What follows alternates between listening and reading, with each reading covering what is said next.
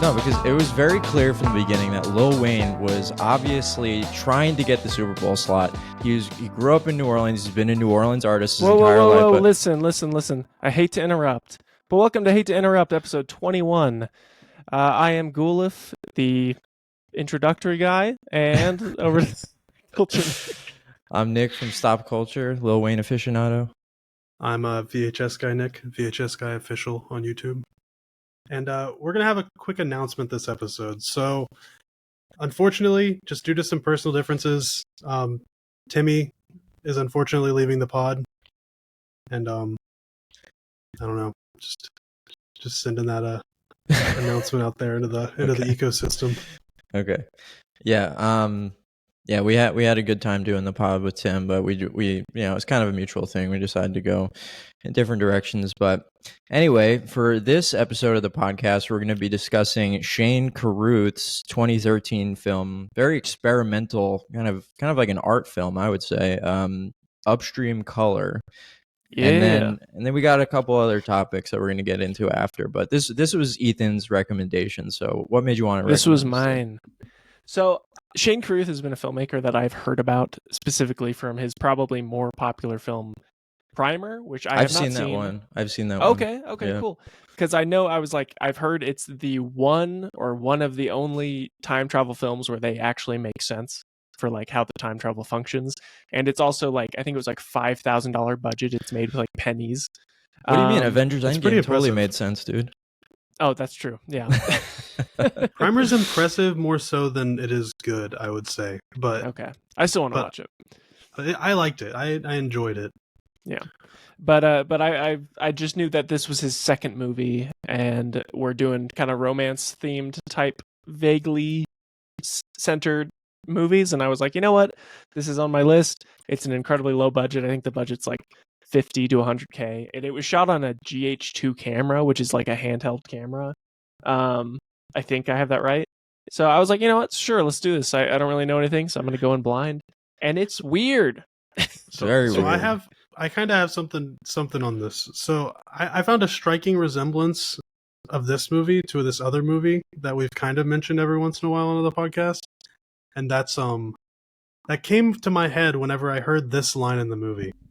I have a disfigurement where my head is made of the same material as the sun. and this made me think of this one scene in this little indie movie by Tommy Wiseau where she goes, I got the test results back and I definitely have breast cancer. That alongside with fucking Shane Carruth's acting, like, oh my fucking God. You didn't like his acting? He's so bad.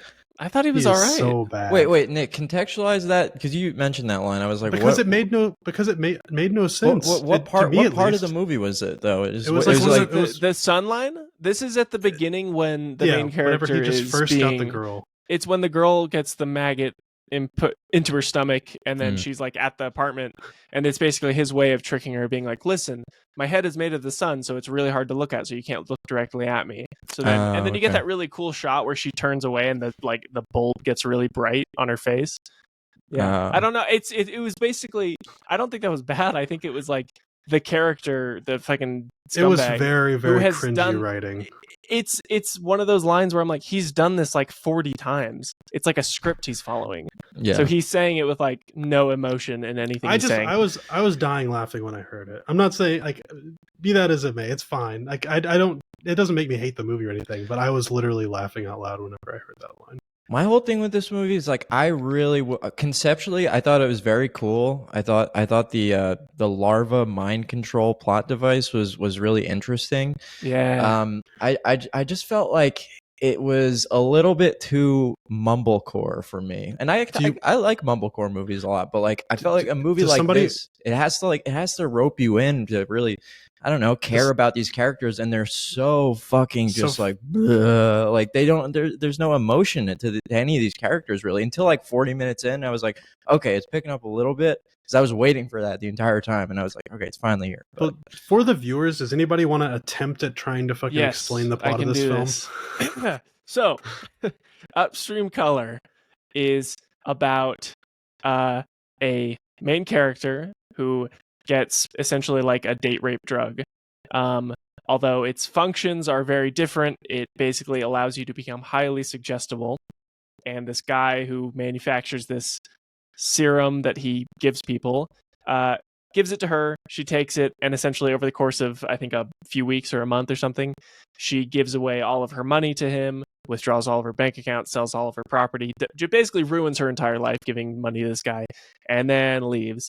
And from then on, she is mentally affected, and her mind is kind of opened in a way and connected through this weird parasitic larva, and she meets another character who has had a similar history, and it's through their ties that they kind of have to unravel this mystery of what this is and how to stop it from happening.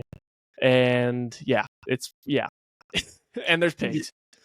Yeah, so basically there's this the whole movie follows this weird cycle where basically this drug that this guy uses to take advantage of people grows, is taken from these worms that grow near this special flower that only grows near the dead body of these pigs. And the pigs are made from this guy inserting the worms that were inserted into the people back into the pigs. And then he just drowns the pigs and they float down to the river where these flowers grow. It's the most contrived shit in the entire fucking world.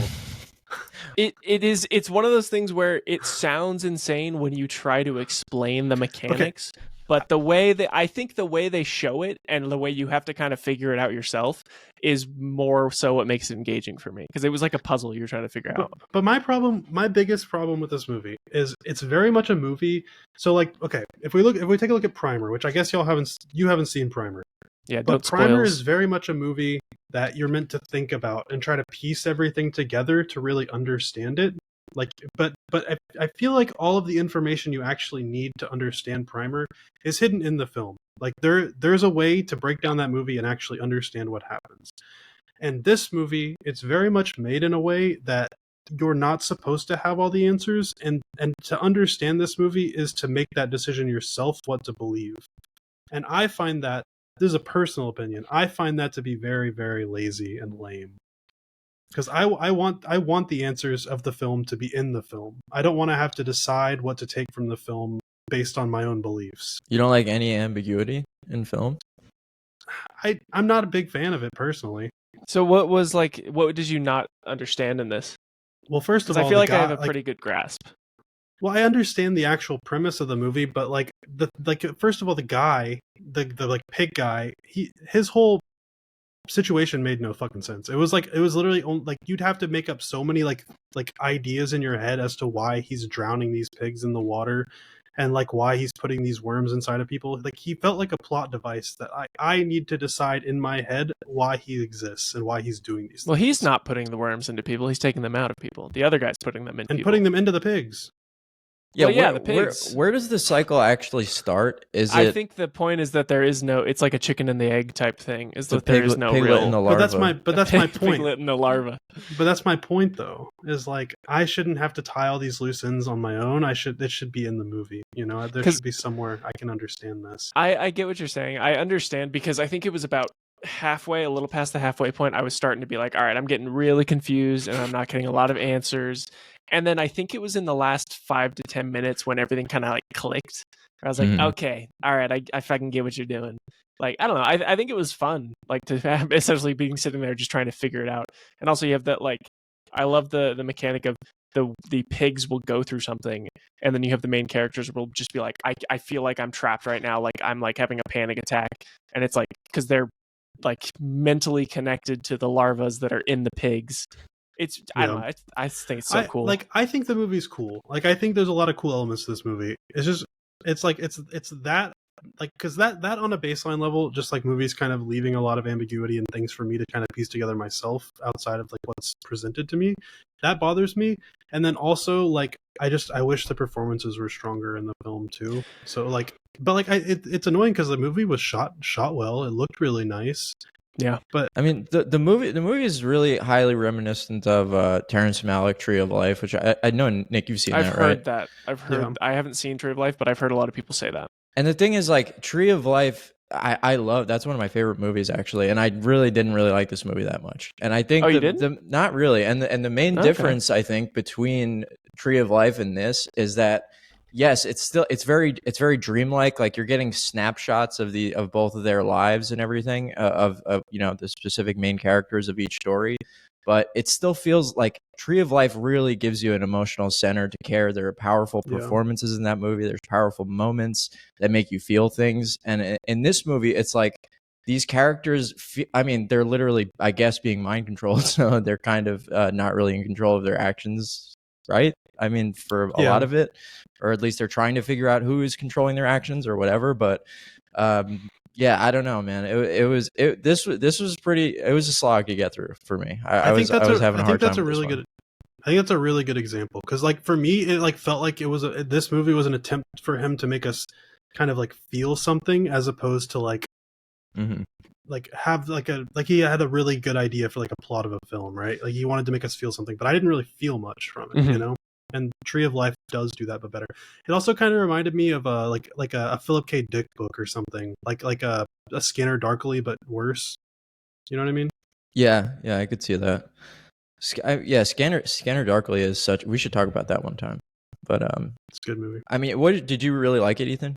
I really like this. I'm sitting like, I know we haven't done scores yet, but I'm like an 8 out of 10. I want to watch it again.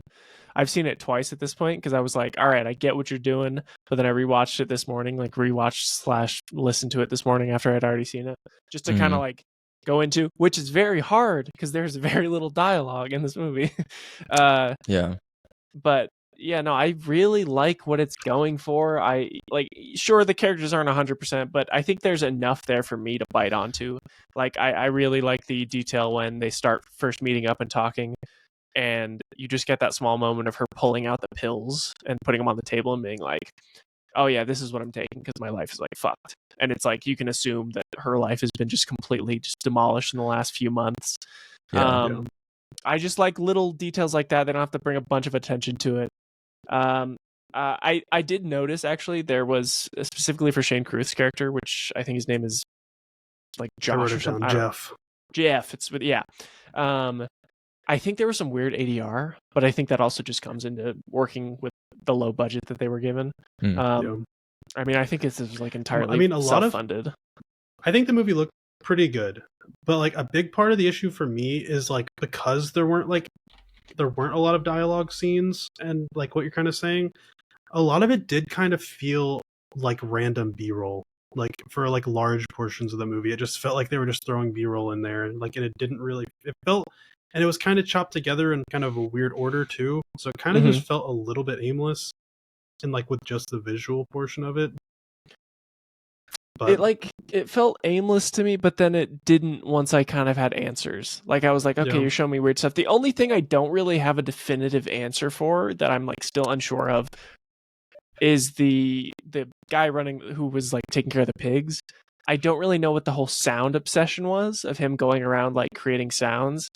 And then I know they link that back, and I love how they edited that whole thing where he's like making sounds and then it shows him on the mixer mixing them, and then that plays into the soundtrack and edits back and forth. That was so good, but I don't really know what that was going for other than having it tie back in later where the characters are recreating the sounds they've been hearing. So I'm not sure. That's the one thing I'm unsure of. This is one of those films where like I think it shows a lot of promise for like the director. Like I think he's a really solid director. First of all, he shouldn't have cast himself for that because I think the actress was actually pretty decent. I think they were dating. I think that's why they were. But she was actually pretty good. I don't necessarily think she was bad. I just think Amy Seimetz, I think her name is. Yeah.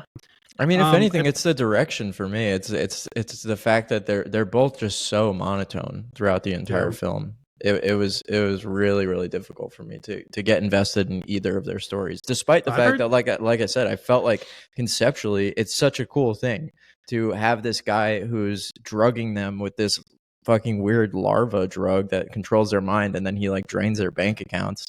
That was really cool. And then, the cyclical thing about it too, how I guess the larva, you don't really know where it starts, but the fact that the pigs are involved in it somehow, and they gestates inside the pigs and goes through the water and becomes the orchids, like that is cool. It's just like it didn't really click for me as a movie altogether. I will say there are certain visual things that I really liked, like how when you see the worms like crawling through her skin, and that's kind of mirrored by her like flailing around on the bed, and her arms are kind of being worm-like. I thought that was cool, and they do that like once they're both together in bed too. There's a lot of cool things like that in the movie. I liked it. I didn't love it. I think it was cool. I'm happy I watched it. I'm like, it's a good recommendation for sure, and something worth kind of seeing. It's it's very interesting. That's my biggest takeaway.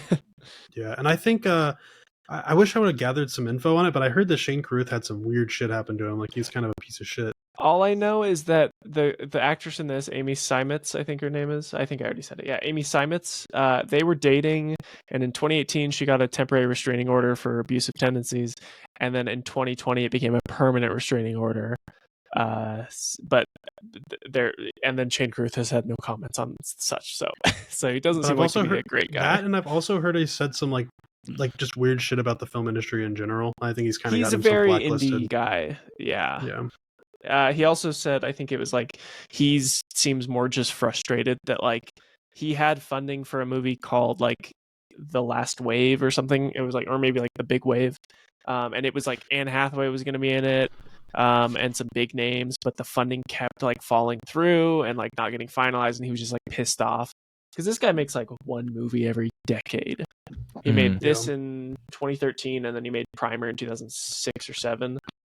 And he's had another movie in the works for forever, but I mean, another interesting character. It's kind of this film kind of has like a Donnie Darko syndrome going on, where there's just like it gets bogged down by the weight of its own mythology that it's trying to create, you know. Whereas like, I mean, Nick, you sent that like photo thing, the cycle in the group chat or whatever, and that was definitely, was that fan made, or seemed like it was made by the production? That was part of the marketing, I'm pretty sure. Yeah, so like Donnie Darko also did stuff like that, and it's like if you need to sell that kind of stuff or hand it out in tandem with your release, like it may be a little bit too much going on in the movie. I personally think the ambiguity in Donnie Darko is what sells it, for me at least. Like I think like if you watch the director's cut where it explains fucking everything, like that ruins the fucking movie for me. The theatrical cut where actually everything isn't explained, I think it gives you enough there to kind of like piece it together yourself more so than this movie does. But I see what you're talking about. I mean, Donnie Darko is still, the theatrical cut is still incredibly ambiguous, though. I mean, that's what I'm talking about. You mean the director's cut? The director's cut adds a bunch of like explanation to everything. No, yeah, I know. The director's cut is kind of leaning towards more of this film. I mean, this film didn't have like the cutaways and every, you know. Remember the director's cut? It had all those like added a bunch of extra scenes. There was like book pages that you had to read that they would cut in between scenes. It was a lot, you know. Yeah, and this film doesn't have that much going on, but it's still a lot, you know. Yeah, it's interesting because like once I've laid out all the details like about the actual story structure, it doesn't seem like that complicated. It's not that complicated, confusing. But it also it doesn't make much sense, and that's my problem. In like what way? The entirety of the pig guy makes no sense to me. Like, why is he drowning pigs in the fucking river? Well, because he's drowning them because their bodies decay, and then it mixes into the water, and then it goes into the roots of the tree and grows flowers. As far as what's made available in the story, he has no idea that any of this is going on. Oh, I think I assumed he was like a part of this whole like group that, you know, the people that collect the flowers, then they send that off to the guy that makes the maggots, and then he does the whole thing where he tricks people, and then the maggot people, all the people with the maggots in them. I think he's a completely separate third party. And then all the people with the maggots he lures the people with the sounds from his speakers, and then he takes out the maggots, he transplants them into the pig, raises them, they have piglets, he drops the piglets in, they die. That's the cycle, and I feel like he is a part of that, because once he's done, the cycle breaks. Like the people at the very end are like, what the hell, we don't have any more. But I don't think the people who gather the things know that he's the cause for that. I think they're all completely separate. That's the whole point. I don't think so, because they were like confused, like, where the fuck are my blue flowers, you know? And they're sending the flowers to the guy who makes the worms. Exactly. They don't know where. They were like, where are the flowers? Because the other guy, they didn't even know he existed. They didn't know he was the reason that the flowers existed. I just interpreted it as like, I don't know, they're all working as like a company, essentially, like a small business that commits fraud. Wait, do you think it's possible? Is it possible that he's the power of his sick hipster beats are what's creating the psychoactive properties of these larvas? Hell yeah. Possibly. That would be fucking awesome if he was like a hipster Pied Piper, you know? That made the story make a little bit more sense to me. He's leading all the yuppies to their demise and their bank accounts being drained. That's the problem. See, like, I don't think either of us can necessarily be proven wrong on our point by this film. Yeah. I think with what information is available in the movie, either of us could technically be right. And that's my problem with the movie. I love that. There's different interpretations. It's art, man. We're talking about art here. You're a singular interpretation kind of guy. You only like one interpretation. I want the person who made a movie to have a vision, and I want them to make that vision come to life. And I feel like he didn't necessarily have a complete vision. So you want him to show up at the credits, be like, "Thank you for watching my movie." Listen up. Here's what happened. If you did not take this, you are a fucking idiot, and I wish you didn't watch the movie. Actually. Yeah, I don't know. To me, it reeks of like not being able to come up with a concrete idea in the writing phase. Well, I think it's a solid idea. What is he really trying to say with it? Because I mean, it definitely goes for a happy, like vegan ass type of ending, where the ultimate, the moral of the story here is that really what all the viewers wanted was just a happy life for all these piglets. No one wants to see little, Winnie the Pooh's friends fucking drowning in a stream in a burlap sack. So if we can get a PETA type, Pamela Anderson type ending where the pigs are being taken care of. Everyone's joining up at the pig farm because of Walden for some reason, and then everyone's happy. I mean, what is that? Is he trying to say something about, like, I don't know, taking control of their trauma or something, and like recontextualizing? I think it's part of that. Yeah, I think it's like free will. Yeah, I think it's like how much your life is impacted from external like sources, and like how much of like who you are is based on like how other things impact you. Yeah, that's kind of how I took it. And since it's almost Valentine's Day. It's about power of love. Wait, so is this movie like marketed as a romance film? I don't think so, but I just saw that I was like they're a couple in the movie, and I saw that it's like a weird sci-fi romance. Yeah, I mean the poster kind of has that vibe where they're both laying in the bathtub and everything. I mean, so there's an indisputable psychic bond that happens between all of the people who take the larva, right? Because that was a cool thing about it when they started. They were doing Call Me by Your Name. Did you hear that? They were like, Chris. Wait, no, I'm Chris. Remember that? Yeah, they were like having the memories where they were just like, I knew that kid who pushed me down the water slide or whatever. And they're like, no. That was me. I grew up. I think that was super interesting. That was when I was starting to be like, what the fuck is happening? But it made sense once you get to the later I was waiting for the peach pit to fucking pop out. I was like, who's busting in a peach? I want to see fucking Chalamet bust out into a peach in this movie. That would make me go from a 5 to an 8 if they had a scene like that. But. Yeah. I'm like a 5.5 on it, probably. I think I like it maybe a little more than you. I just I don't know. Yeah, it was definitely an interesting watch for sure. I just I kept on really asking the movie to like give me a reason to care about the characters beyond just having like a vague level of intrigue and what all of the plot mechanics are. And it never really gave me that, even by the end. Fair. So I was kind of just like, it's okay.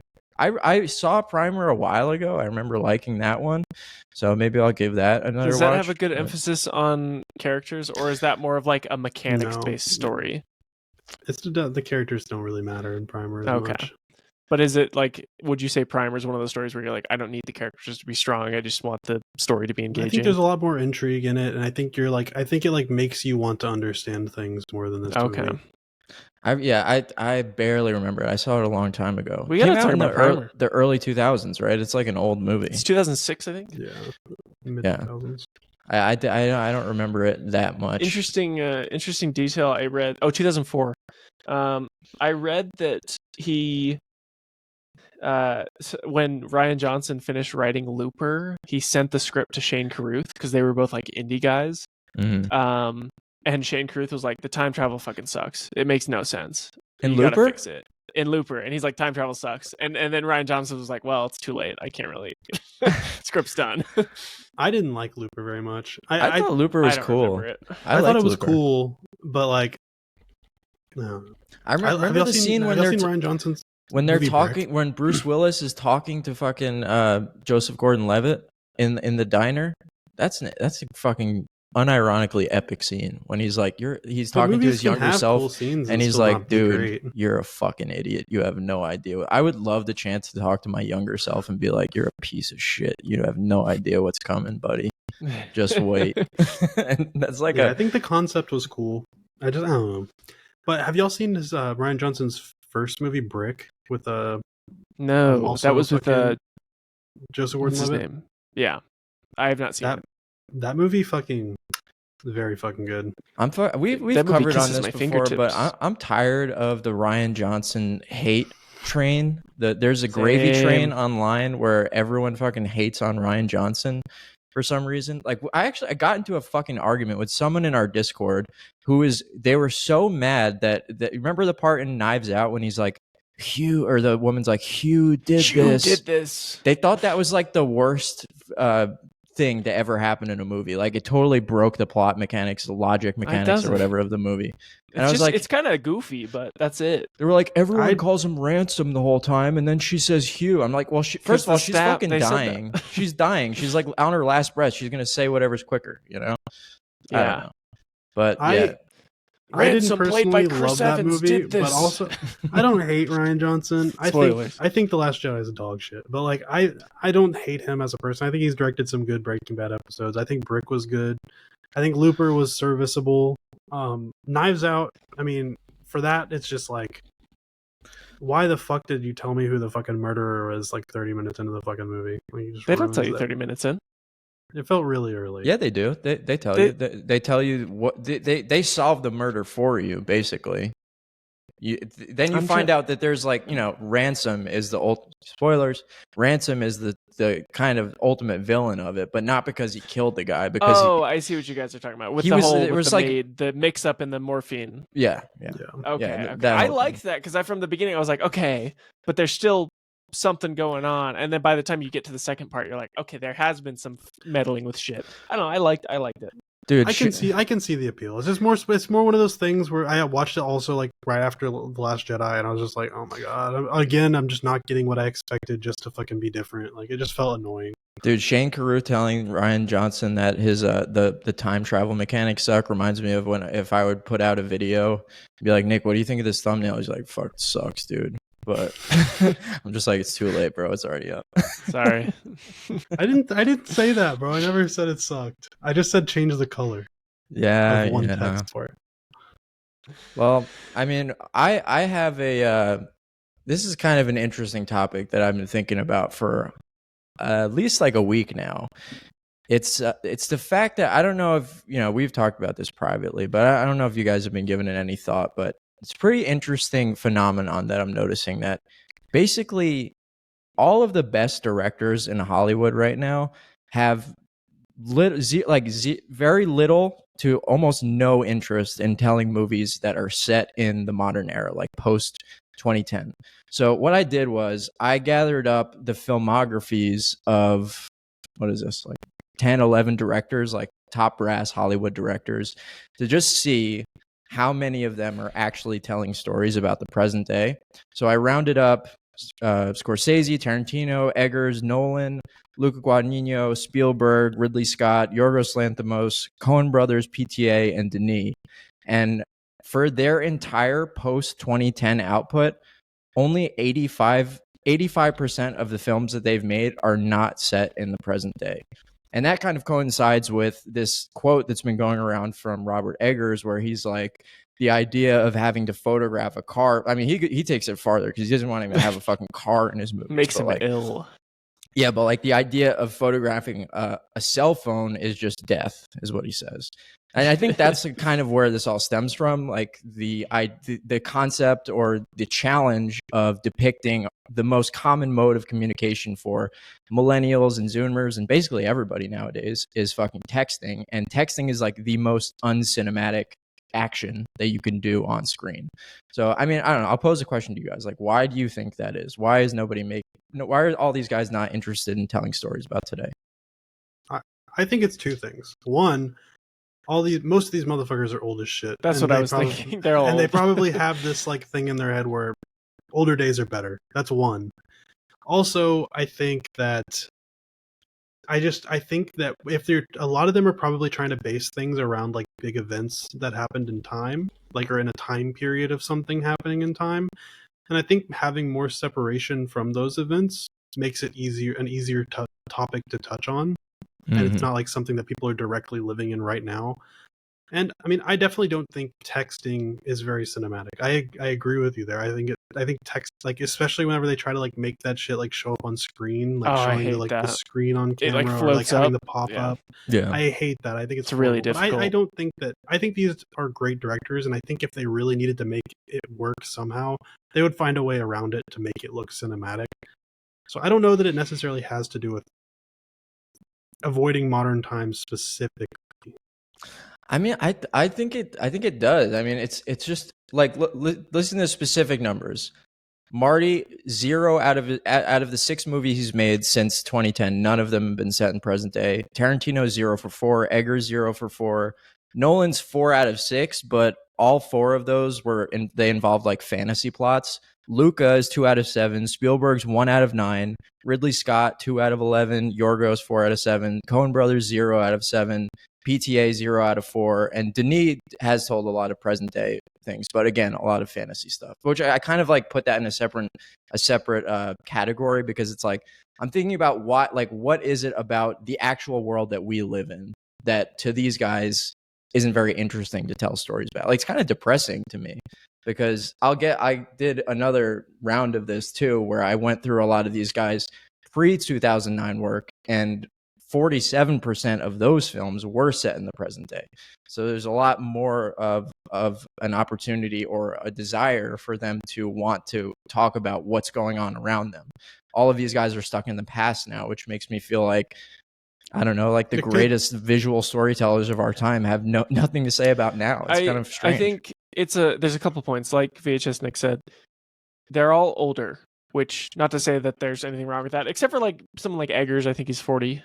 I mean, what was I gonna say? And to think of the amount of time between, you were saying 2010-ish, 2010 to 2024, that's 14 years, versus the creation of film in the early 1900s to 2010 is a massive expanse. And I know they're telling stories about films, or telling stories from beyond, like even before that.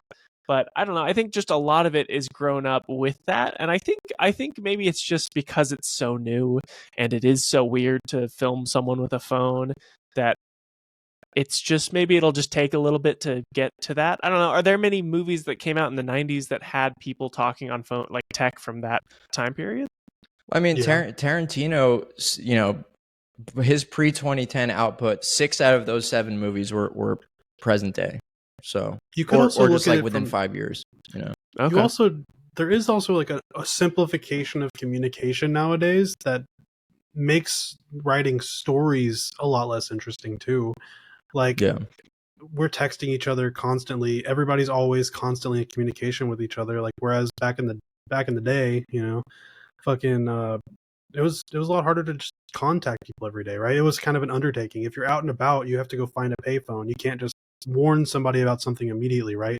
If somebody's in danger, they can't just open their phone and be like, hey, blah blah blah, So especially in drama, I think it takes a lot of the drama out of it or horror as well. Communication in your fingertips, you know? Which is why they have like those signal blockers or signal boosters or whatever the fuck. They'll be like, "Oh, you trying to use your cell phone, lady? It's not gonna fucking work." Or you get that line. How many times in a horror movie have you seen the like, "Damn it, I've got no service"? Yeah, exactly. No, I mean, so much about like dramatic tension in movies, I think, is about who knows which character knows what piece of information at what specific time during the movie. So if you have a device that can technologically let everyone know exactly what's happening in the movie, some of the tension is going to abate in whatever scene you're trying to ramp up tension in, which kind of makes it more difficult. But yeah, and if they're trying to figure something out, they can just pull up ChatGPT to explain everything for them, you know? And it'll tell them wrong information. Yeah. I would like to say there were a couple people that actually do tend to like telling stories about the present day, which was David Fincher, who is an older guy, but almost all of his movies are set in the modern era. I mean, not Zodiac, but most of them are set in the present day, which I thought was interesting.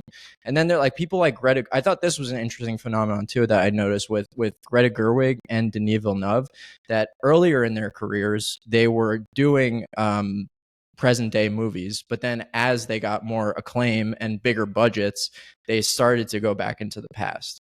They like, you know, Greta Gerwig's early films were a lot like, you know, HBO's Girls, like that kind of vibe, like kind of hipster Brooklyn, you know. It's like Frances Ha, right? Yeah, Frances Ha, like Girl Bird. Against the City kind of movies, you know, which are really good too. But as she started to develop as a voice, she was like, "Oh, I'll do Little Women or I'll do Lady Bird," where that's set. And now she's doing Narnia. Is she really? I forgot. Yeah, she's doing the new Narnia movies.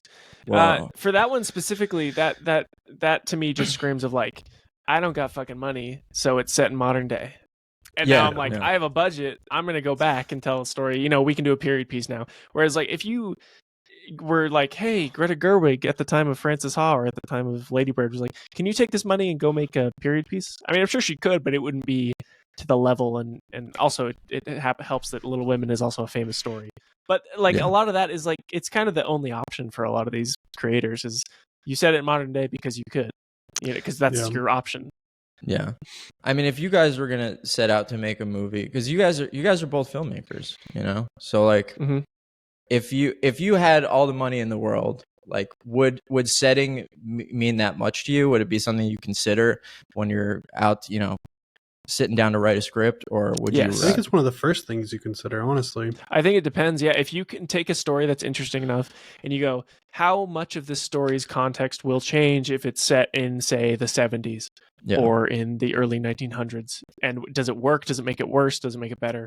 I don't know. I think that's very interesting. Yeah, and I think also a lot of writers they kind of have like an illusion of like what the story is going to kind of look like in their head. And that a lot of that is to do with the time and how people look and things like that, you know. Yeah. Does Bong Joon-ho's filmography mostly present day? I didn't go through his, but I think it seems is. Yeah, it it's seems sci-fi, like and then it's modern day stuff. Yeah. Yeah. Okay. So he's another one that likes modern day. Yeah. There are definitely exceptions to it and everything, but it's wild to me. Like I was very surprised. Because I had the thought, and then once I started going through a lot of the, I try to think of, I left out Bong Joon-ho. That's kind of a huge miss on my part. But trying to think of directors that most cinephile type people would think were like A and S tier, you know, and it's a fun thought process for sure. I mean, it gives you there's just so many different reasons you could probably attribute it to, and I think that's like I think it's going to come down to all of those reasons, right? Like depending on the film. I have this. There's one quote from Scorsese that's pretty interesting. This is actually him talking about how he's not really a big fan of new movies that are coming out, but it sort of relates to what we're talking about a little bit. He says there's oversaturation, particularly in our world as it is now, and nothing really does have a meaning. Images, for example, are everywhere. Cinema used to be in a building, and even on television you'd see a film or whatever. I must say a lot of the films that I'm aware of, and I don't see that many new ones over the past couple of years because I stopped feeling like the images mean anything. Well, this is kind of an inarticulate quote, sorry. But we're just completely saturated with images that don't mean anything. Words certainly don't mean anything anymore. They're twisted and turned. So where's the meaning? Where's the truth? We have to strip away everything. So, I mean, I don't know. to me, like that kind of speaks to the fact that everybody has their own truth now, because we all lead such insular lives. Like another thing, this kind of goes back to the logistics of trying to film smartphones or film the modern world or anything, but like, not only is it immersion breaking to remind people that, you know, when you're out at the movies or when you're watching something at home, like you don't want to remind people of another screen that they have to use throughout their daily lives that they're probably not too stoked about fucking having to look at, because everyone's lives nowadays are, you know, just intervals of staring at 3 different screens that you have, whether it's in your pocket or your desk or your fucking, you know, your office or whatever. I don't think that younger people think that way though. I think that's something that we maintain because we had a period in our life where we didn't have that. But I think as younger people are kind of growing up in that world, I don't think that's something they necessarily think about or think negatively about. No, I mean, if they didn't think that way, like touch grass wouldn't be a meme, you know. if people, everyone knows that. I mean, people talk about like screen time constantly, like, you know, people know that screens aren't good for you. But that's all coming through, like. But that's all coming through like Zoomers and things like that, you know. And those are people that were like kind of like the last generation. Like we act like it was us as millennials, but like it really is them, the last generation of people that kind of had that like real childhood, you know. So I don't we'll have to see, you know, over the next like 10 years how things shake out and how people feel about those kind of things. But I mean, I would say there's already a backlash to it now. I mean, people. They do, I think, kind of, whether it's out of a sort of addiction that they have or out of necessity for work or just, you know, interacting. A lot of people, like I said, people live insular lives and end up like like we've done, honestly, like just making friendships through fucking Discord and YouTube and stuff like that. Like, that's true. I would have never imagined myself having, you know, I mean, you guys are like my good friends at this point, and like I've never met you. And that's like, to me, that's not something I ever imagined myself doing, you know. It definitely does feel harder these days to kind of put yourself out there, and like the only way I go meet real people is like going out to, like, I don't even drink, but I sometimes like I'll just go to bars and just talk to people just so I can like actually have some kind of like interaction with people. So I mean, I 100% agree with you. I just don't want to put words in younger people's mouths and say that they necessarily feel the same way, you know. Well, Ethan's younger. I'm a Zoomer, technically. Dude, holy shit. Yours, I feel like, I think I'm in the last year of Zoomers, so. Do you feel, are you like technically a cusper? Pretty much, yeah. So if you had to identify with one of the generations, where would you stick yourself? Because what is it, millennials and Zoomers? That's where I'm stuck between. What year were you born? 99. Oh no, so you're full on Zoomer. You're like, you're not a cusper at all. Like cuspers are 96, maybe 97. Oh, okay, then no, I'm a Zoomer. Yeah. I was a 90s kid for 5 months or whatever. Shit, only 90s even kids I don't know. So even I don't feel like a 90s kid. Like I feel like I grew up mostly in the 2000s. Like that's what I remember as my childhood, like the early 2000s. Yeah. I don't know. Like I feel like, even if I don't feel like I don't feel like I identify with one group or the other as much. I feel like there's things I caught where I became influenced by things that were popular for millennials, as well as things that were popular for Zoomers. It was just kind of a mishmash. I've never been like, hey, look at this fucking loser. He's got a Deathly Hallows tattoo. I think that, and I'm a millennial. So if you guys had to pick, you know, we're talking about a lot of directors that like to depict the past, but if you had to pick a favorite director of yours that you feel like really captures the essence of like the post-pandemic era, like the 2020s, who is that for you guys? That really captures the post-pandemic? Yeah, like this era, that is this exact moment that we're in right now. I mean, I didn't mean to say like pandemic, like anything to do with COVID. I'm just saying. Oh, okay. Just now. I always say post-pandemic because you know my life totally changed in 2020. So I was always like, before, it's like AD and BC for me. Mm-hmm. Honestly, I can't. I'm trying to like picture movies that. I was gonna say, like, I guess right now, I feel like I'm gonna say Luca Guadagnino, but I'm not really like confident on that answer.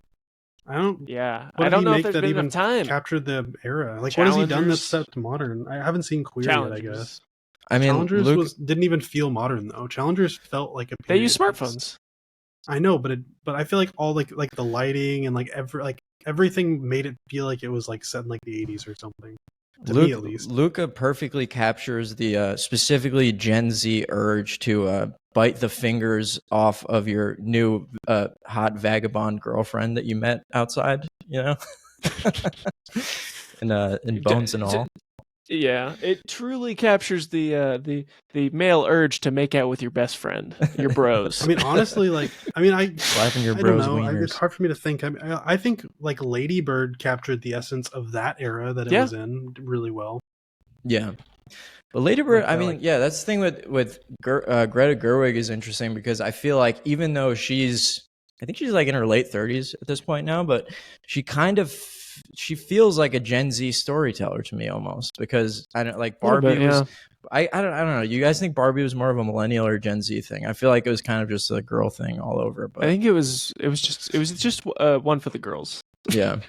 It was a bit in between. So you were kind of in high school in like that 2010s era, Nick, too, because you're the same age as me. Yeah. You know what movie like I feel like perfectly like kind of encapsulates? Are you gonna say Superbad? No, not Superbad. Oh, okay. The kind of that feeling of like my like later high school years, and just kind of like how everybody acted and kind of viewed the world is Youth in Revolt, that Michael Cera movie. Did you ever watch that? I watched it back in the day. Yeah, I don't remember it too well, but when I think of like my high school days, I think of that movie a lot. That's where I got the idea for my mustache from Michael Cera's. Was his name the Francois iconic mustache was from that movie? Oh man! Believe it or not, Michael Cera inspired my fucking mustache, dude. Can he even grow a mustache well? No. Can't. I feel like it'd look weird on his face. No. He grows like a Chalamet mustache. Oh no! It's like a little flavor saver. I love him. I think he's hilarious. I think he's funny too. Yeah, that's a terrible mustache. No offense, Michael. Do you ever see the CeraVe commercials he does? Where he's like, "I'm Michael, and this is my cream, CeraVe."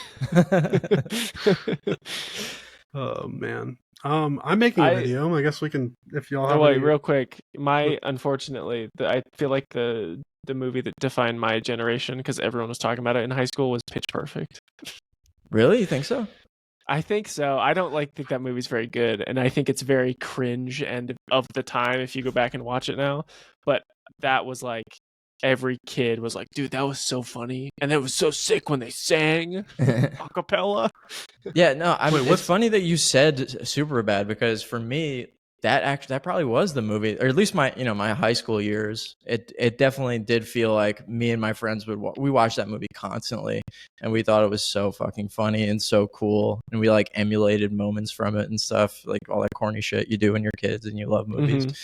But actually, I don't know if you guys are gonna feel me on this, but I feel like randomly one of the best film series that really captures what it feels like to exist in the 2020s are the Spider-Verse films, actually, because there's so much stimulus in those movies. Like those movies totally just go full bore on the TikTok era. Like, we're just gonna throw like a million fucking things on the screen, but it's still gonna feel artful and new and cool and make you feel something.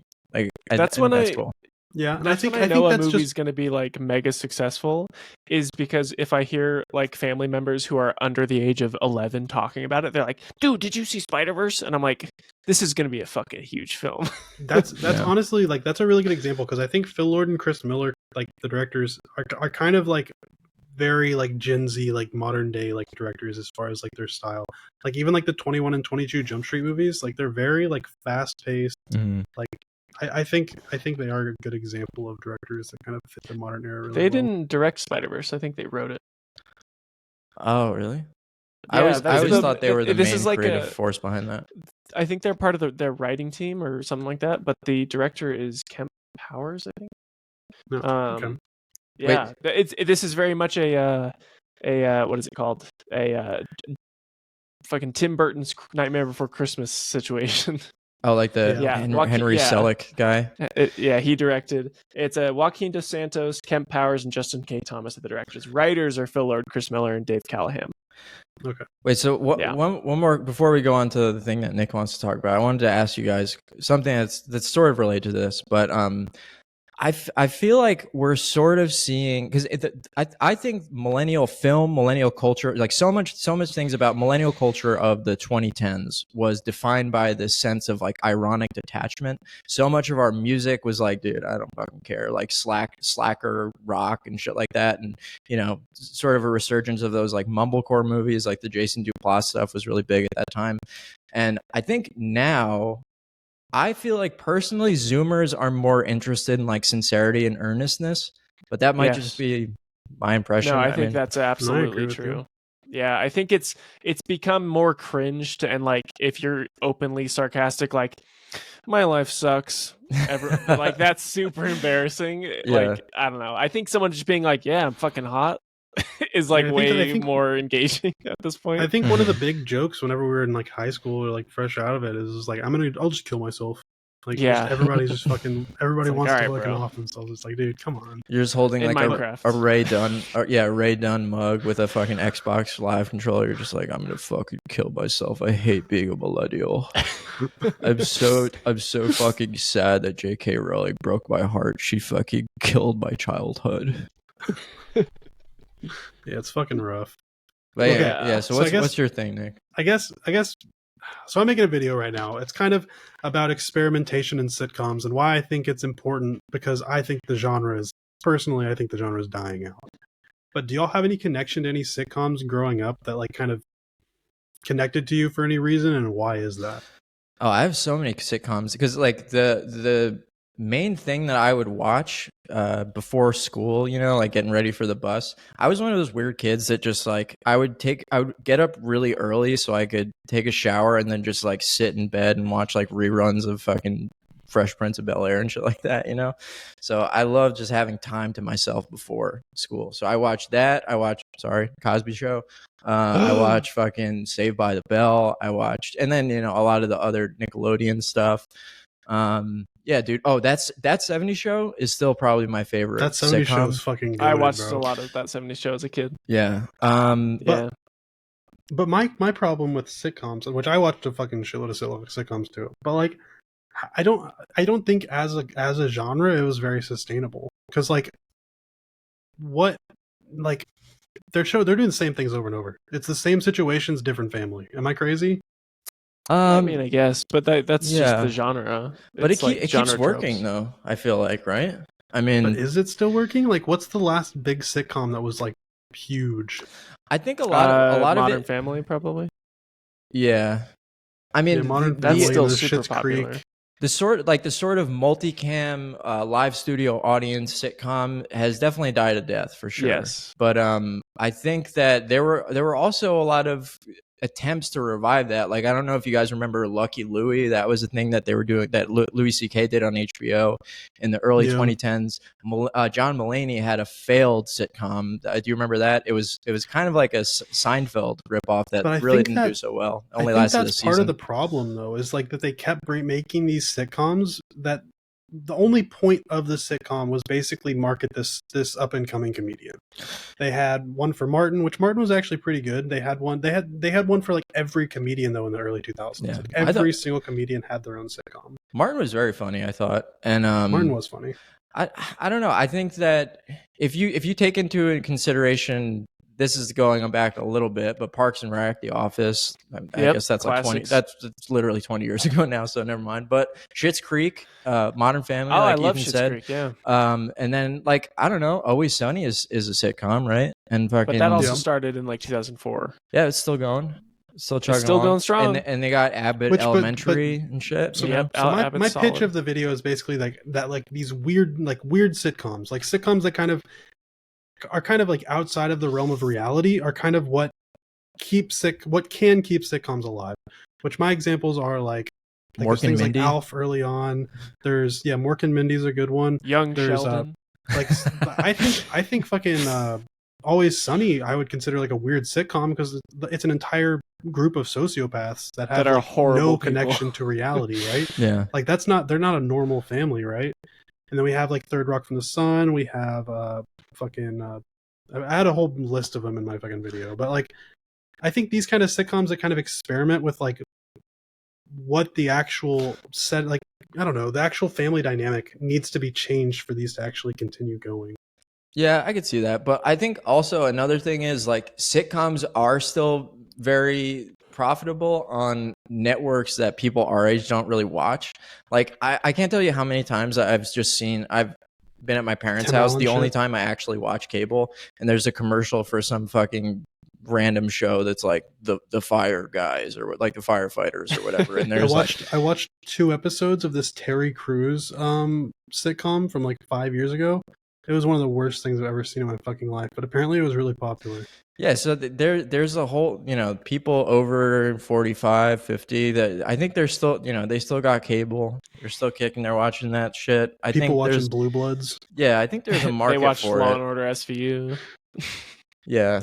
And also, I think that the dichotomy between the multicam sitcom and the single cam sitcom, that there was a big revolution in that. Like, I think probably in the mid 2010s, where if they were pitching something back in the 90s or the 2000s that would have been a live studio audience and multicam, they would do the same thing except just make it look more like a prestige drama. Well, the problem with multicam is it requires much smarter writing than single camera sitcoms. More talented performers too.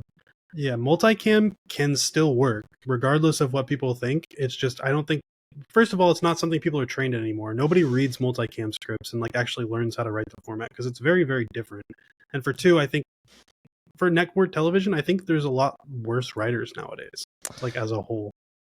Yeah, I mean, I don't know. I don't know if I really buy into that. I don't think that it's worse writers. I think it's just the same thing as it always is. Like studios less willing to take a chance on ideas that we're going to perceive as fresh and maybe innovative, the good writers are out there, but they're not working. Yeah. I mean, they're either that or they're not given a chance. It's the same argument people have where they go, "Oh, movies suck nowadays because all they do is make remakes and sequels and reboots." It's like, well, because people are watching them. And the studios are like, this is a safe bet, so we're going to do that. So they're going to make some inoffensive, mediocre crap that they can get some mediocre writer in, underpay them, and then there you go. Yeah, it's just sad to see because I think like sitcoms, like even like that 70s show was like really smartly written. It had really good actors. I would love for a show that like kind of gives me the same feelings that I got from those shows back in the day. Because I don't think that's the same thing I can get from like television or from movies, right? Like that feeling I got from that 70s show and that connection to those characters and things like that. It's not emulatable from going to see films. That's very true. As a Zoomer, you know what that sounds like to me? It sounds like you're fucking old. It sounds like you got the rose-tinted glasses on. It's not going to happen, buddy.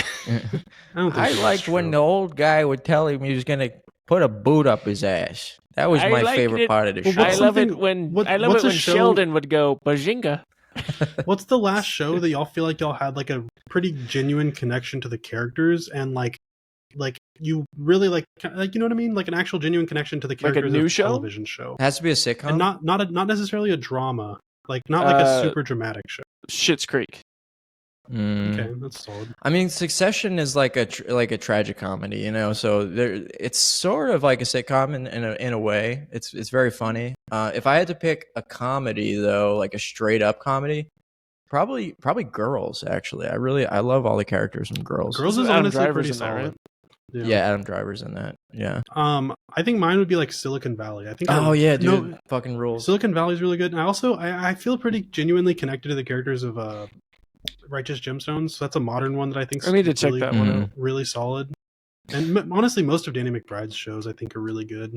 Wait, so Nick, are you specifically missing the multicam vibe though? Is that what part of your video is? I think yeah, I touch on that too. But I think sitcoms as a whole, like, I think are kind of in a rough spot. Even single cam sitcoms. Mm-hmm. You know what I do think actually is missing, because with a lot of shows, specifically with sitcoms, it was so much easier to make them at a non-sloth pace. Where what is one of the biggest problems we're having with so many shows? We're finishing Stranger Things finally after 4 different presidential terms. It's absurd. And then you look at something like an Abbott Elementary, where I think they're on season 4 or 5 after 4 years. Like they're able to turn them around so much more than these. How much do you think of that is due to the actual writers, the Duffer Brothers or whatever, like taking their sweet ass time? I honestly don't know what the problem is. I think that's just generally the current standard for these big shows. They're like at least 2 years before you get another season for these big shows. Like Last of Us, 2 years. We have House of the Dragon. It's like 2 years. But I still think think it's gonna be another 2 years. Network shows still pump out pretty quick. I mean, like there's like a new Tim Allen show on right now that I think there's pumping out seasons pretty fast. I think the 2 year thing is most like, especially for something like Stranger Things, it's like a twofold problem. CG probably thing, it's it's a CG definitely. It's definitely got harder to schedule that show as the kids they're all have gotten like 50 years old. Well, no, they're just getting way more famous. You know, all the Stranger Things kids are like the biggest actors of their age demo. Finn Wolfhard's fucking blowing up, dude. Yeah. And he can rock out, dude. Have you heard his band? This Winona Ryder lady, I think she's gonna take it off big. You know, she's really good. I'm in love with her. Someone should put her in a Beetlejuice movie. My wife said gives like cigarette mom. Oh yeah, totally. Okay Stranger Things. Are you guys big Stranger Things fans? I like Stranger Things. I really like it. I have complicated feelings because I think season 1 was great. And after season 1 finished, I was like, okay, I think they're going to do an anthology thing, which I remember hearing that was the original pitch. They were going to do like a new set of characters in a new thing, but it's all going to be like 80s based sci-fi horror. Mm-hmm. And then season 1 was so massive. They're like, well, let's do a continuation. And I think season 2 sucked. Season 3 was not as bad. And then season 4, I was like, damn, they fucking found their footing. All they needed was a goddamn villain. Yeah, a villain who actually speaks, you know? Yes, and isn't just a big sludge monster. Yeah. I think it has its problems, or a tornado. but I think the like stuff that you have to compare it to, like the fucking Goonies type stuff, I think it fits very soundly in that realm and does a good job. So like it's one of those things where like I'm not going to criticize it because I think it does what it's trying to do very well. Yeah. Sure. I mean, I just think it's I loved season 4. Season 3 I was almost out on. When season 4 came back, I was like, am I even gonna watch this? I was like, I didn't. And that first episode ended. Yeah. Yeah. And the fucking Chrissy scene happened. That was what got me back in. I was like, holy shit, dude. They just fucking murked her so bad. Yeah. And really it was Vecna for me. I mean, I think there was some controversy, or at least the fans were divided on that. By the way, sorry to change this up. It's like Stranger Things fandom is the most annoying fan base online. Have you guys noticed this? I have never engaged with the Stranger Things. Yeah, fandom. I didn't know there was like a dedicated fandom. Just because, I mean, I've been keeping this from you guys for a while, but I'm a massive Reddit head, so I go on all the subreddits of the shows I like, and it's just like, I mean, I'm sure it's because they're Why do you torture yourself? They're young kids, just like they do shipping. You know, you guys know about shipping? Yeah, I know what shipping is. Yes, my wife wrote fan fiction. Nick, are you a big shipper? I'm not a big shipper. I don't believe you, dude. You fucking. I could see Nick's got that. Nick getting out of like the first season of a movie. He's like, I just wish the Penguin and Sophia would get together. Like I could just see. I can see myself doing that in the right show, maybe. They just need Give me to some Aaron Taylor Johnson. Nick's just like, he's literally just making like little Valentine's Day cards on Canva with like, the if Penguin. They cast Aaron Taylor Johnson as Batman, he better kiss Superman. He'd be a terrible Batman. I'm not going to lie to you. Yeah, he's like 5'2". I would have never expected to hear you say that. I thought you would like him as Batman. Honestly, I was just thinking about this. I think he was my least favorite part of Nosferatu. I kept thinking he had a fake accent. And then I realized, he's actually British. Why does he sound so off? And I liked him. I thought he was good. It's a Robert De Niro situation. I think Craven he was pretty bad in, but I mean, whatever. I mean, no one's going to survive a Sony original superhero movie. Yeah. I mean, I like him. I really wish fucking Matthew Vaughn wasn't so terrified of making a third movie in a series. No trilogy he's ever started has been finished. It pisses me off. It's just Kingsman and Kick-Ass, right? Yeah. What didn't he do Argyle recently? Did you guys see that? Yeah, and that was supposed to be I a series heard that of like was 5 bad. films I haven't or something seen too. It's a movie about like keeping a little cat in a backpack or something, and you go on a mission. It's not actually really about. And Henry Cavill's there, and he has a terrible haircut. So listen, it's a movie about keeping a cat in a backpack, and you got to go on a mission to get the cat out of the backpack. I mean, I don't know. Someone let the cat out of the bag. So now this British man is Martin Scorsese. The thing about Matthew Vaughn is like he makes such great stylized films. Have y'all watched Layer Cake before? No. Oh my god, it's so good. It has Daniel Craig in it. Matthew Craig. But like, oh my god, dude, his movies are so fucking good, man. And like they have no substance either. Like the Kingsman movies are like just completely empty as far as like actual substance.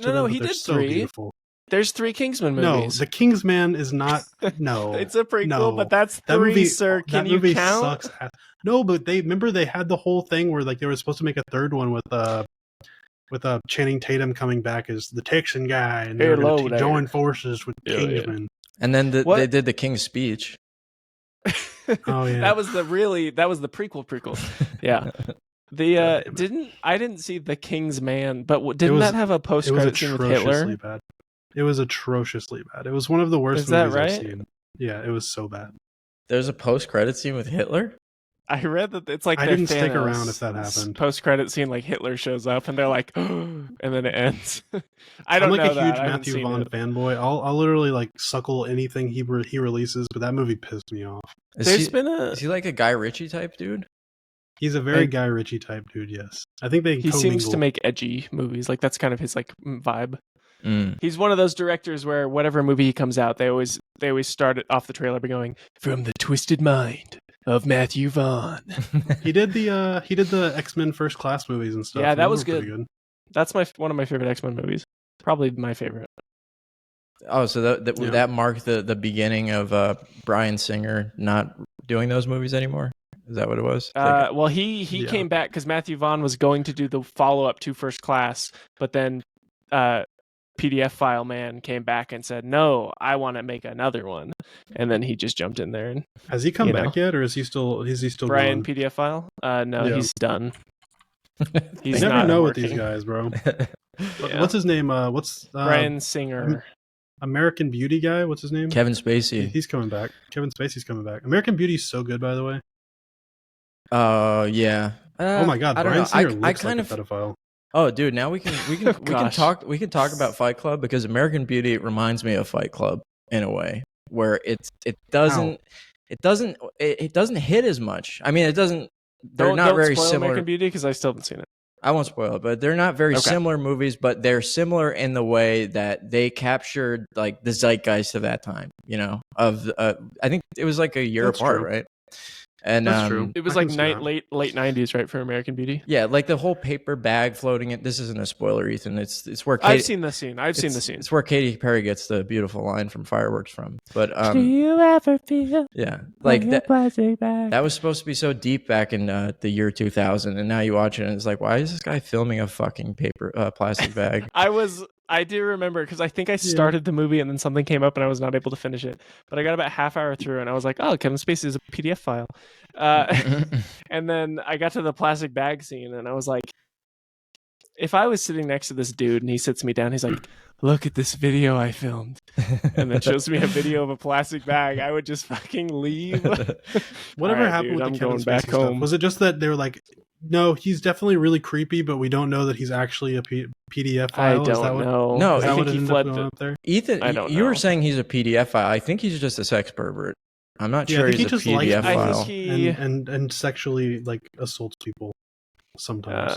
I listened to a thing about what he was doing the other day, and it's funny we brought this up because what he would do is he would find actors like, you know, very unknown male actors, and he would be like, you know, I see something in you, kid.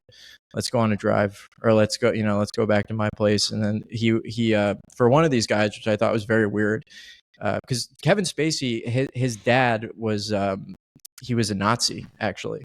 So what he I guess because of that, I don't know if his dad was abusive for sure, but he got this kind of complex around it, so he developed an attraction to like servicemen and stuff like that. So he would put on Saving Private Ryan and then like jerk off next to some guy he just picked up and basically bamboozled into thinking he was going to make his career if he like gave him a blowjob or something, like sick casting couch shit like that. What is this? It's just what happened, bro. That's where you just pray. That's where you get on set with Kevin Spacey and you just pray that you're chosen. You pray and you get that fucking little secret glasses, the filming glasses. You're like, Kevin Spacey, my man, you better fucking make my career because I don't think people are going to like this. Yeah, Kevin Spacey's sexual misconduct allegations. In 2017, American actor Kevin Spacey faced several allegations. Began after Anthony Rapp alleged that Spacey, while appearing intoxicated, made sexual advances towards him at a party in 1986 when Rapp was 15 years old and Spacey was 27. Oh, he is a PDF file. Fuck. You're right, Ethan. Yeah. There was actually, I remember, are you guys familiar with the podcast Weekly Planet? It's also a part of the Mr. Sunday Movies YouTube channel. Their podcast, they have one of their Australian friends had a story about Kevin Spacey, and this is before everything had happened with Kevin Spacey. They made a reference. They're like, "Oh, should we tell that Kevin Spacey story?" And they're like, "No, let's not do that." And then after all the allegations came out, they're like, "Oh, so our friend was like at the airport, met Kevin Spacey. He was like 19." And like was talking to Kevin Spacey, and he's like, "Oh, Kevin Spacey, I'm a huge fan." And Kevin Spacey was like, "Oh, let me," like they were talking, and he like went up to him and was like, "Let me help you with your belt," and like pulled his like pants forward. Oh my god! And then like fiddled with his belt, and he was like, "All right, you're good." And yeah, and they're like, "Anyway, that was the story." Ugh, dude. Yeah, pretty gross. One of the most disgusting things about, I mean, obviously doing all this stuff is horrible too, but do you guys remember when all of this information first started coming out? He was one of the first ones after Weinstein to get hit, during the first wave of the Me Too stuff. Yeah. And after all the guys came out, were accusing him, he's just like, "Well, yeah, I'm gay, so if that makes anyone feel any differently, I mean, take it easy on me. I'm a gay man. I've been hiding that. Sorry for a while." if you're homophobic. Yeah, he just thought that could get him out of it.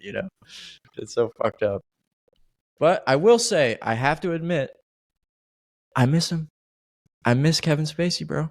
He was an amazing actor. Like here's my thing. I mean, yeah, I can separate the. I don't think you can be that. He's good at what he did. I don't think you can be that good of an actor without being somewhat of a fucking psychopath. And I think that makes me what that guy's probably pretty fucking crazy. He's very so genuine and like cool. He's probably everyone kind, I've heard that's talked to him in personal life. I'm not saying you awesome. I'm not saying you have to be an actual like terrible person. I'm just saying you have to have some screws loose possibly. Yeah. I want to know what kind of like what kind of fucking skeletons are in Daniel Day-Lewis's closets, bro? Is there? I have a question for you guys. Is there one actor, or let's say actor, but we can expand this to just general celebrity or artist. If they came out and they were a horrible person, which would be the most devastating for you personally? That's a really good question. I mean, because honestly, guys, it happened to me with Louis C.K. And oh really? Yeah, Louis was back in 2007. Basically ever since I started watching his comedy, I was a major fan of his show, Louis on FX. And then when all those stories came out in 2017, I was absolutely devastated. I was like, fuck. I still think Louis is a genius. I think he's the best comedian of all time. And that was really hard to swallow, all that stuff. But I'm not very big on like idolizing people, celebrities and things like that. Like, I didn't idolize him. I just loved him. I loved his work. Well, no, I think there's like one exception for me, and like it's like I can't think of a single famous person or anybody like that I would like lose my shit if I saw them, except for Danny McBride and Aaron Taylor Johnson. So like, not Aaron Taylor Johnson. I wouldn't lose my mind if I saw him, but if I met Danny McBride, I'd fucking shit my pants probably. So it would really suck if he came out as a bad person. Yeah. Oh, actually, if never mind. You go, Ethan. No, go ahead. I don't want to go. Okay. Well, all right. Because we said we weren't going to get political, so I don't want to do it. Well, we can if we want to. I'll just do a quick thing. If it was Bernie Sanders, I would be very upset. I'd feel a bit betrayed in the same way. Yeah. I'd be like, Bernie. Yeah. But he's good, dude. He's been around for so long. It would have happened by now, so we're good in that respect. Yeah. He'll die a legend. Yeah. Did you hear he got arrested? Is that true? Oh, back in the day. Yeah, it was for good reason. in a good way. Yeah, I remember this. I have that T-shirt. For me, honestly, as an actor, it's got to be Willem Dafoe, just because I think he's so fucking amazing and talented, and he's like one of those performers that's not afraid to go big and like own it, as well as just doing a subdued performance. And generally, I'll listen to interviews of that guy just talk about making art, and I just think he's so incredible. That would be a devastating one if it came out. He's basically like, I see him as like a Nicolas Cage if Nicolas Cage like actually was careful with the roles he picked. Yeah. Well, I think Nicolas Cage is weird though. Doesn't he have like a really young wife?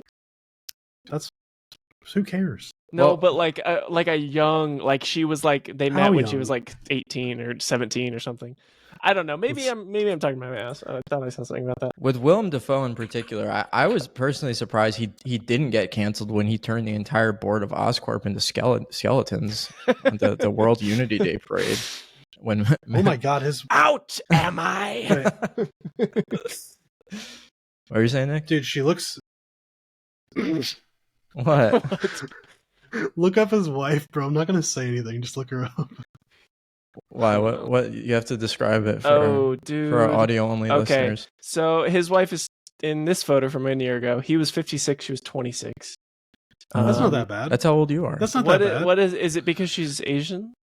She's very traditionally Asian. And it just in my mind, I was imagining my uncle who like got a mail order wife type of deal. He did, and I just imagined like Nicolas Cage like getting a mail order wife, and it fucked me up. Can you tell us that story? I don't really know the full story. He just was just like one day he just came in. He's like, "This is my wife. She's from the Philippines." And we're like, "How long ago did you meet her?" He's like, "Yesterday." Like, okay. You're like, she seems cool. I don't know. She's cool. She's like speaks English pretty good now, and she's chill. I do think that's an interesting thing that happens in Hollywood specifically, just with like all these dudes who like Leonardo DiCaprio is probably the biggest culprit, where he has girlfriends that are 18 and then they hit their expiration date at the decrepit age of 25, and then he dumps them and finds another one. Yeah, you have to think about it this way though, right? Like, oh no, don't justify this. I'm gonna justify it. I'm sorry. Oh fuck, so, dude. as somebody who has been working in Hollywood since they were very young, they probably and have had all the money they've ever needed. They have probably had very little to force them to actually grow up into like actual adult human beings, and they're probably very, very like regressed emotionally. Like I think they're probably mentally at the same age as these young women they're going after. Yeah, especially in Leo's case too, because you guys remember the whole Pussy Posse thing with him and Tobey Maguire?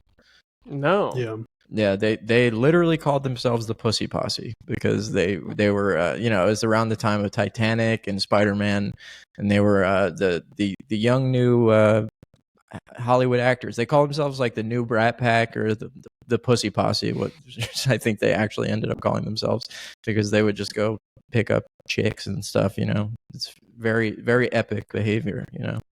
But I don't know. Wolf of Wall Street. Yeah, I could see where you're coming from, Nick, but I don't know. I don't think that's what I'm not saying that I'm not saying it's literally okay. Like I think that they you're saying that's should... why you think it happens. Yeah, I'm not saying they shouldn't just not do that, but like I think it's understandable for me. Like I get it. I mean, I don't know. It's just it's so hard. Like being 31 now, it's so hard for me to even imagine dating someone that's like 7 years younger than me. Like, I don't know if I could even do that. But our lives are much, much harder than their lives have been. Yeah. And it ages you. Like, honestly, like, I think in the last, like, year of my life, like, I feel like I've lived, like, 5 years, Just because, I mean, and I think that's kind of what, because it's not until, like, this is way too personal, but, like, it's not literally until this year I've actually dated girls that are, like, older than me. Literally never in my life have I dated somebody not, like, 5-6 years younger than me. I mean, not always, but, like, whatever. Yeah, I think because for me, same thing with you, Culture Nick. I'm like, I've driven past a high school, and I'm like, are those fucking 12-year-olds coming out of the gate? Yeah, like they look like children, like babies. And talking to a high schooler, the like 1 or 2 times I have in the last 3 years, I'm like, damn, there is nothing going on up there. Yeah. Not like to say they're stupid, but they just their priorities are in a different place. What they want to talk very, about. very different from them. I mean, yeah, I don't know. I don't necessarily agree with it. I feel like I can understand where they're coming from on it, and I wouldn't do the same, but I mean, I think whatever. so much. Like, I watched the fucking the Fall of Diddy thing on HBO. I don't know if you guys watched that, but they turn those things around so goddamn quick. I know, right? I was just thinking that too. But it's just like, I think you get to this place of status and power where all the things that are supposed to make you feel good stop making you feel good, and then you just start becoming this like vindictive, psychotic piece of shit if you're a certain type of person. Like, you can only get your pleasure receptors only go off when you're fucking hurting someone. Not that Leo, I would say his behavior in the regard that we're talking about is like mildly predatory, though. I mean, it's very strange. You ever see those graphs that go around on social media, like the Leo dating graphs, where it's like, oh, she turned 26 and then she gets fucking broken up with, like, that's very weird behavior. Not to put him on the same level as Diddy at all, I don't think he's doing that, but it's just like, I don't know. I think these guys, they just fucking, they achieve the highest echelons of whatever you can fucking achieve in whatever industry you're in, and you just start getting a little weird. You start turning inward and getting angry. Or, well, imagine what kind of person you'd be if you got everything you wanted, right? Like, I mean, if everything I ever wanted just fell right into my lap, I think I would be a lot more of a narcissistic person. Yeah. And then you start to like mythologize yourself, like you narrativize your life, like it was always meant to be this way. Like you build like a chosen one myth around yourself, I read this thing for a while ago that was like, every man in America thinks he's the chosen one until 21 years old. And realities, I bet some of them it's older. 21, bro. I think it's older than that, bro. It's like 25 and 30 for a lot of fucking sad people. Yeah. I think I still have somewhat of that. I think, dude, that's why you don't like Dune. You're jealous of Paul Atreides. You're like, it should be me. I should be the Kwisatz I think it's any type of like truly artistic person kind of has to have these sort of like delusional thoughts to some extent, right? I mean, you have to think that you have some kind of special sauce to you, even if you don't necessarily have it, right? You have to feel like you have it, or else what the fuck is the point of trying? Yeah, but there's a difference between that and like, I'm talking about these people who do make it. That's why so many celebrities are fucking assholes, because it's like, I think a lot of them don't factor into luck into the equation of how they got where they were, or luck and connections, or happenstance and shit like that. Like, I think a lot of them, they build up a myth around themselves, and they're like, no, everything that I got, I worked for, which means all of you are beneath me. All of you who didn't achieve this status, fuck you. I'm the one who deserves everything. I think a lot of them are on that tip. But that makes sense. Yeah, there's a lot of shitty celebrities that kind of have that attitude. Who do you think who do you think the worst celebrity is? Harvey Weinstein. Oh no! All right, you can't do just sex perverts or whatever. not a horrible person. Okay, like just someone I just don't like for no reason. Yeah. Ryan Reynolds is starting to piss me off with all his goddamn Mint Mobile ads. Yeah. And I just think he's annoying. Yeah, I could see that. I mean, I know Nick is going to say The Rock. No, it's too easy of a target. Fuck. I'm trying to think who really grinds my fucking gears. Mark Wahlberg's annoying as well. If I was there when 9/11 happened, I could have stopped it. I fucking hate Ari Aster, dude. Dude, we're never getting him. We're never getting him on Nick, the podcast. I listened to the conversation that we had about Midsommar and Hereditary the other day, and I was like, "What the fuck were you thinking during that conversation?" You were like, "Ari, like, I swear to God, he thinks this shit is funny." Like these movies, this is a comedy. These movies that are literally the most depressing things that anyone could ever fucking think of, and you're like, no. I hate his voice. He thinks it's funny. He thinks it's all a big joke. There's just something about him, the way he writes, the way he directs, the way he talks, that irks the shit out of me. I don't know what it is. I think he's going to come out as some kind of creep someday, and I'm going to have this big "I told you so" moment. I'm just calling it now. but that kind of brings up another point. Do you think it's possible for someone to think of the fucking weird and horrendous story beats that this guy thinks of and characters and just be the kind of really disgusting sort of director he is? Not disgusting as a person or as a creative. I'm just saying, like, he makes you feel ill a lot with the images he produces. Like, do you think it's possible to be that kind of creative and not be fucked up in some way? I think it is. I think you have to have seen or experienced things that are not great, or you have to have a really sick mind. Yeah, I mean, I don't know, because I've written some horror stories before, and I don't think I'm too much of a psycho. I mean, I'm from a scale from like, I don't know, Ron Weasley to Patrick Bateman. I'm probably like you've seen some lows, right? Yeah. I mean, you've talked about your experiences. Like, I think there's a lot of correlations you can draw to that, from that to like the feelings you feel of horror. Yeah, that's true. I don't know why I said Ron Weasley to Patrick Bateman. Like, Ron Weasley. That was a really weird job.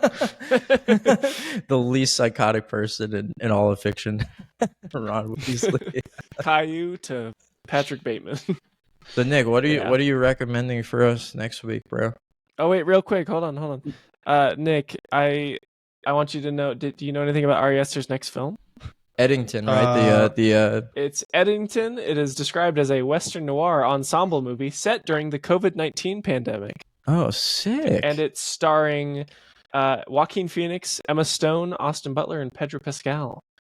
Why is he always working with fucking Joaquin, bro? Because he loves Joaquin, even though That's Joaquin walks out on movies. It's only one time. You're like, why is he always working with the most talented actor in the history of fucking Hollywood? Like, why wouldn't you? He's amazing. He's Joaquin, bro. I'm telling you, it's blind hatred.